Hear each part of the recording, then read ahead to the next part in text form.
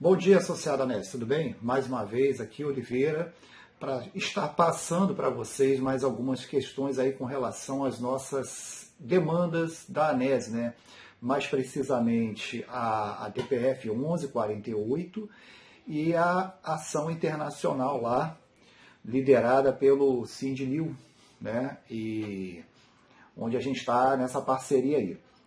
A principal questão aí, pessoal, é com relação à DPF 1148. Vou estar explicando para vocês algumas coisas com relação à postura do ministro relator da nossa DPF, entendeu? Nosso ministro aí, terrivelmente evangélico, né? Então, dispensa comentários, mas vamos lá. O que ocorreu, pessoal?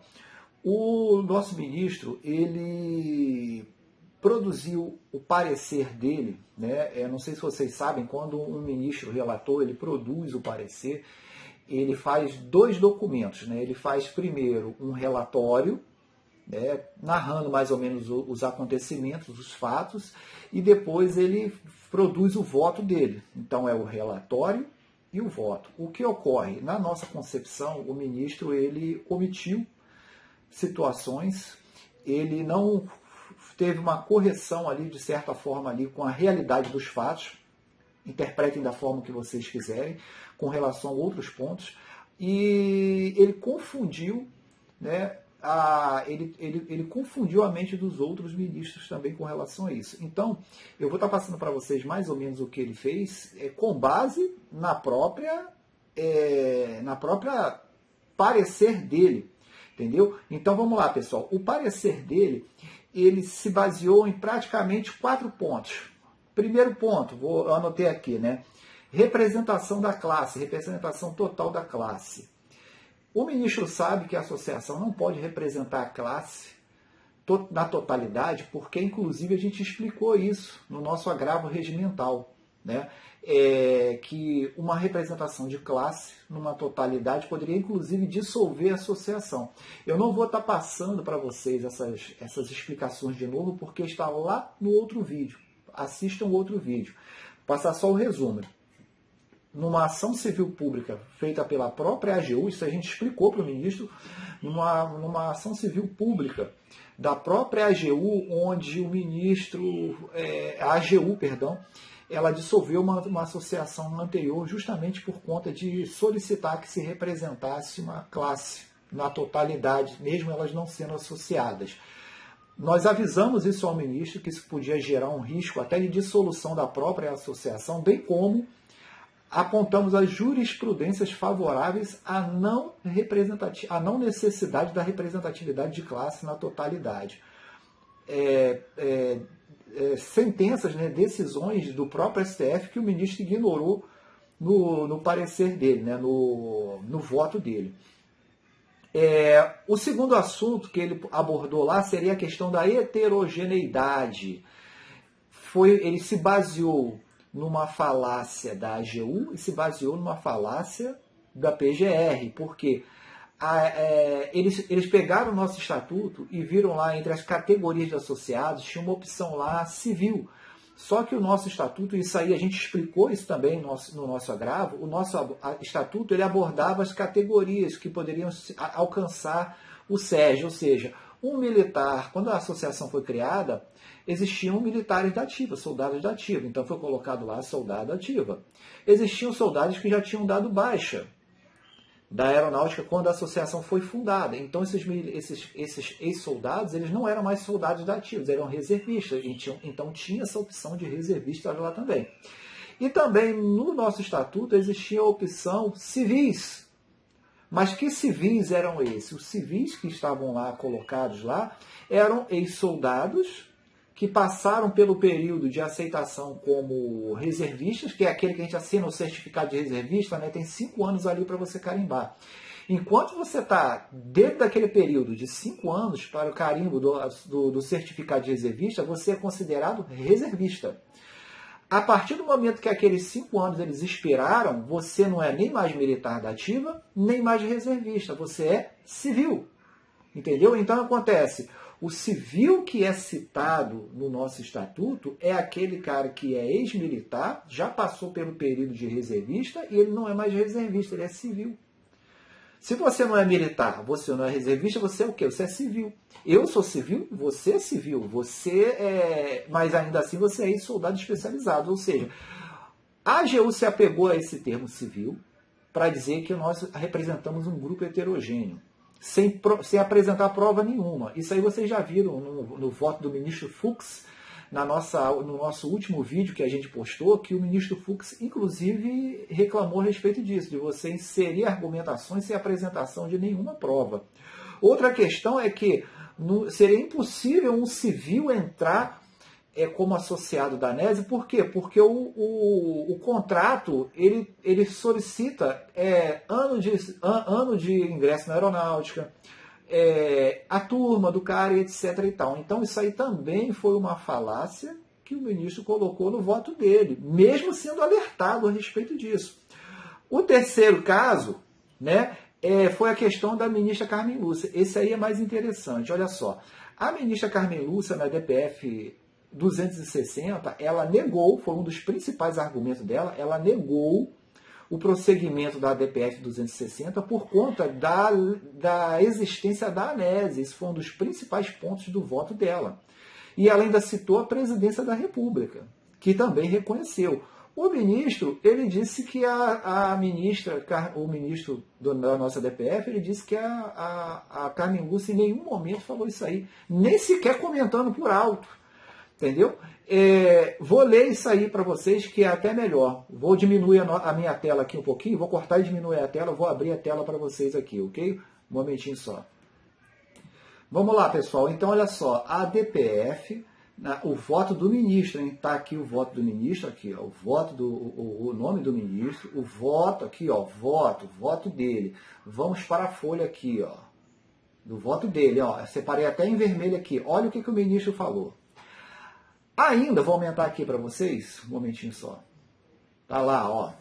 Ainda, quanto ao ponto, cumpre ressaltar que não há qualquer precedente desse Supremo Tribunal Federal que reconheça a legitimidade ativa da requerente. A DPF 260, citada pela agravante, que no caso é a associação, em nenhum momento, sequer a título de obter dictum. Esse obter dictum é falar assim por falar, né?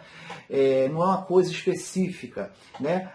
Sequer a título de obter dictum afirmou a legitimidade da ANESE para propor ações de controle concentrado. Ou seja, olha só, pessoal, uma coisa é o ministro ele discordar do posicionamento da ministra. Ele tem uma opinião contrária, isso é lícito, ele tem uma opinião contrária. Outra coisa é ele falar que ela não disse isso, sendo que isso está no processo nosso, colocado lá, e isso também está na própria ADPF 260. Vou mostrar para vocês, vou sair agora para a ADPF 260 no próprio site do STF, vejam bem. Vamos lá, pessoal, olha só, aqui é o site do STF, tá vendo aqui, ó? Aqui é o site do STF, ó, a nossa DPF aqui, 1148, está aqui, e vamos aqui, ó, peças, aí você entra aqui em peças. Eu estou separando aqui porque a minha internet está lenta, mas vamos lá.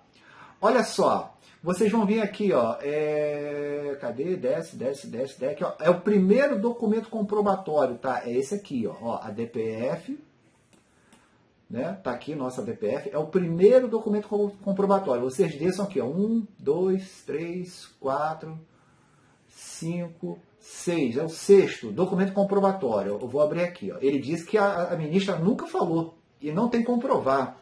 Na própria DPF tá lá. De início, anoto a irrelevância da legitimidade ativa da autora, que no caso era a Prafa da DPF 260, em face da existência de outra entidade de âmbito nacional que representa os ex-soldados especializados da Aeronáutica, Associação Nacional de Ex-Soldados Especializados. Aí a gente raciocina, pô, o ministro não viu isso? Ele está afirmando que a ministra não falou isso. É diferente de ele ter uma opinião contrária dela. Como é que se chama isso aí? De ter um documento e o ministro falar que não tem o documento. Entendeu? Então, vocês podem ver, está no próprio site do STF. Qual é a intenção do ministro com relação a isso? Não sei, a DPF 1148 está aqui. Entendeu? Outra questão, pessoal, que eu vou passar para vocês, que é a quarta questão que o ministro falou, é a seguinte, né? Ele disse o seguinte, ele não citou, melhor dizendo, ele não citou no voto, no relatório, ele não citou no relatório, que tem 10 páginas, nem no voto, que também tem 10 páginas, ou seja, são 20 páginas de documentos que o ministro produziu. Ele não citou um artigo constitucional que nós colocamos na nossa DPF. Ele não citou nenhum artigo constitucional que foi colocado na DPF. Ou seja, ele fez transparecer no voto dele que a associação entrou com um pedido absurdo, onde a gente estaria questionando apenas normas infraconstitucionais. Então, para os outros ministros que vão ler o voto do relator, quando eles olham lá, pô, não tem nenhum artigo constitucional, esse pessoal da ANES é louco, os caras vão entrar com uma DPF sem citar nenhum artigo constitucional, porque o relator não colocou aqui.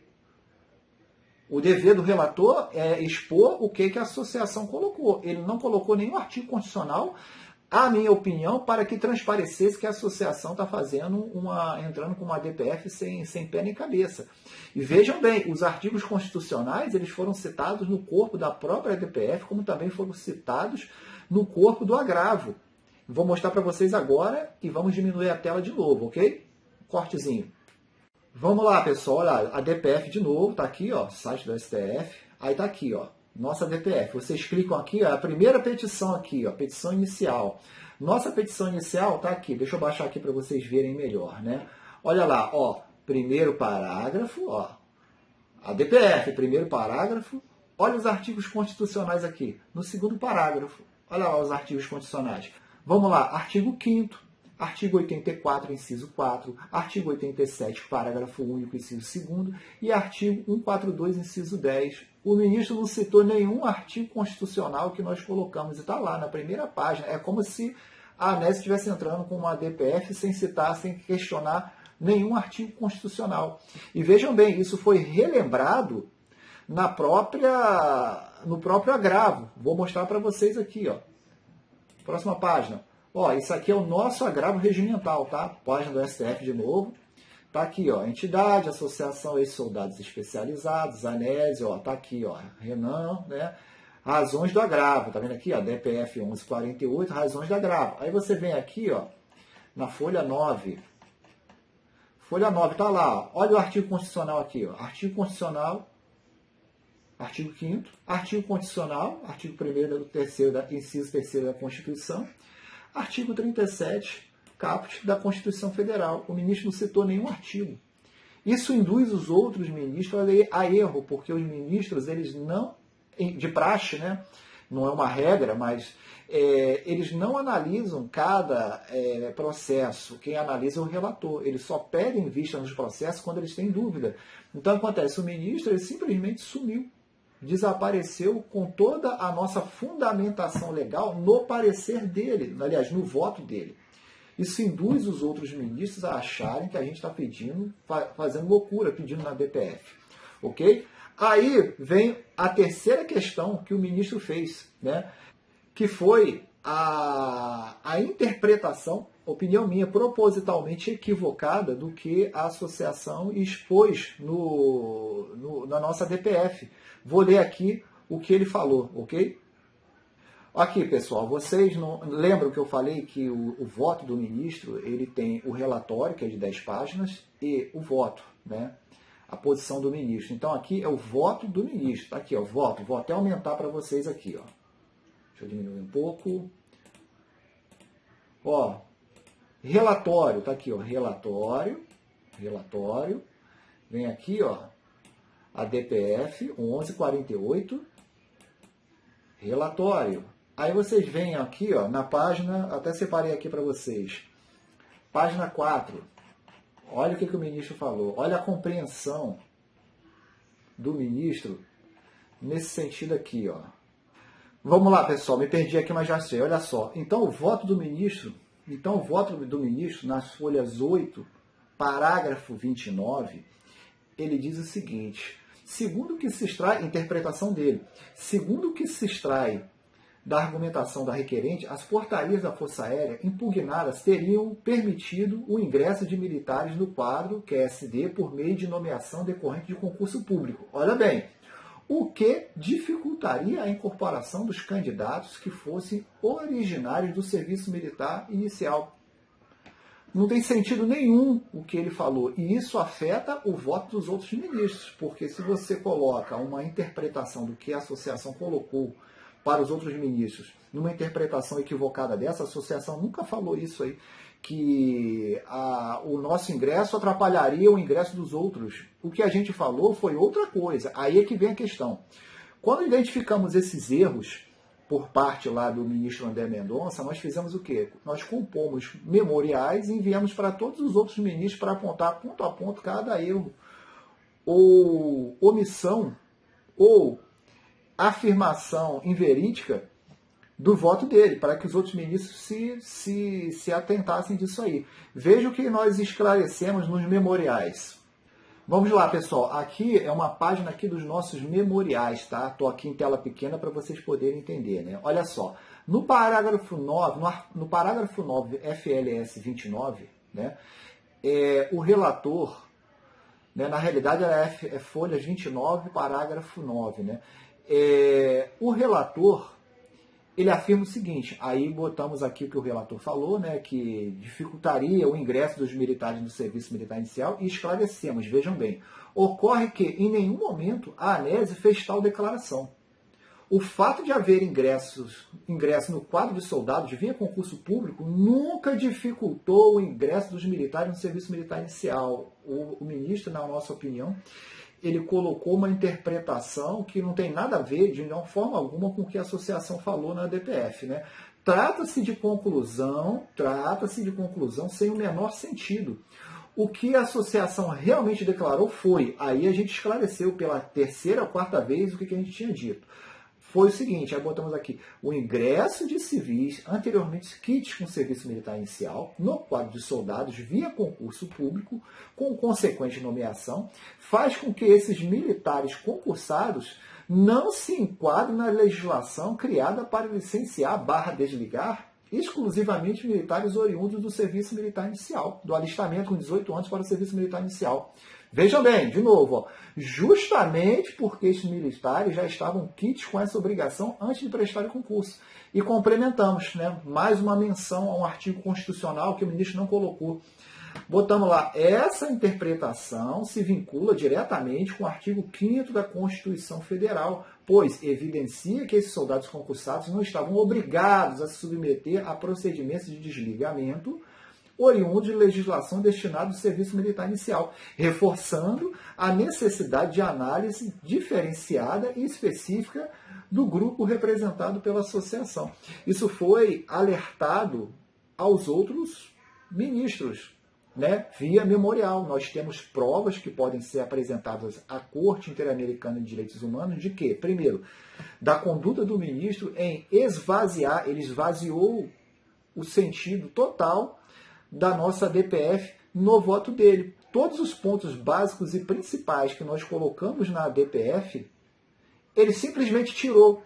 Então a visão dos demais ministros, que se baseiam somente na leitura do voto do ministro, ela fica prejudicada, porque o ministro ele esvaziou, como eu disse anteriormente, ele esvaziou completamente o nosso embasamento da nossa DPF. E mesmo a gente apresentando aos demais ministros o erro, equívocos, né, e omissões do voto do relator, eles acompanharam o relator. Provavelmente ou não observaram os memoriais que foram entregues, ou estão de acordo com o que ele falou mesmo. Tudo isso vai ser apresentado em relatório para a Corte Interamericana de Direitos Humanos. Principalmente o voto da ministra Carmen Lúcia. Por quê? Porque ela motivou a negativa da DPF 260, dizendo que a associação não poderia entrar, a associação lá deles não poderia entrar com a DPF porque existia a associação ANESE. Aí agora a ANESE também não pode. Ela anulou o voto anterior dela. Isso interfere totalmente na segurança jurídica do STF. Os outros ministros também, eles julgaram com base, né, votaram com base no voto do relator. Isso se chama, que eu lembro, eu acho que é vício de origem. Teve um vício de origem ali e eles votaram dessa forma também, ainda que avisados. Ok, pessoal? Então, os recursos vão ser feitos. Se os ministros não viram isso via memoriais, dependendo do que for a sentença, a decisão deles, aí eu acho que até o final de semana, nós vamos relatar tudo de novo em agravo, ou numa espécie jurídica que der cabimento ali. O que não afasta a questão da gente comunicar à Corte Interamericana a respeito do fato. Ou seja, a associação APRAFA da DPF 260 não pode entrar porque existe a anésia. Aí a anésia também não pode entrar. Qual o sentido disso? Qual a intenção por trás disso aí? Entendeu? Qual a intenção de não mostrar no voto todos os pontos principais que basearam a nossa DPF? Entendeu? Então, o que tem que ser feito vai ser feito. Alguns vão ficar felizes por causa disso, porque sempre tem alguém que torce do contra, mesmo sabendo que pode se beneficiar lá na frente. Quem torcia pelo efeito erga omnes, se a gente ainda não reverter isso aí em alguma sede, já era o efeito erga omnes, tá? Temos ainda a ação internacional do Sindimil Distrito Federal e outras demandas que a gente também tem, né? De outras vias aqui, quem vai lembrar, o doutor Renan falou isso aí no penúltimo vídeo que a gente fez. Entendeu, pessoal? Então, esses são os esclarecimentos para vocês verem a atitude, né, vamos dizer assim, a índole, a intenção ou a falta de atenção, vamos dizer assim, do nosso ministro terrivelmente evangélico. Entendeu, pessoal? Mas os esclarecimentos são esses. Ele esvaziou no voto dele todas as afirmações que a gente colocou. O objetivo para a gente é tentar não discutir o mérito, porque se discutir o mérito, né, vai ficar mais complicado para a aeronáutica, para a AGU, para o PGR se defenderem. Então, o objetivo aí, eu acho, principalmente, é evitar discutir o mérito a todo custo, mesmo que coloque em risco aí vamos dizer assim, a imagem das próprias autoridades que estão fazendo isso. Ok, pessoal? Isso aí, mais uma vez eu afirmo, são opiniões minhas, são só opiniões, né? Com base na análise dos fatos. Né? São vozes da minha cabeça, como dizia uma influenciadora aí. Ok, pessoal? Então um abraço aí, continue na fé aí, esperando. A ANES não está parada, a gente tem alguns tipos de recursos para esse tipo de situação que se colocou aí na nossa ADPF aí. Eu acho uma vergonha um relatório ele omitir pontos principais que venham a prejudicar o voto do restante dos demais ministros. Vamos aguardar que um dos outros ministros que sobraram, se eles de repente pedem vistas, né, e se eles pedirem vistas, vamos dizer, chutar, se o Fux pedir vista e ele analisar e ver todos esses pontos, quando ele for justificar o voto dele, ele vai expor esses pontos, que pode, de repente, até mudar a opinião ou o voto dos demais ministros aí. Mas é uma esperança, vamos ver, ok? Isso fortalece em demasiado a ação internacional. E lá não tem erga omnes, lá não tem lista paralela. Ok, pessoal? Um abraço aí para vocês aí mais uma vez. E qualquer coisa a gente vai estar informando para vocês aí o andamento aí das nossas questões, ok? Um abraço aí e um bom final de semana para todos vocês. Tchau, tchau.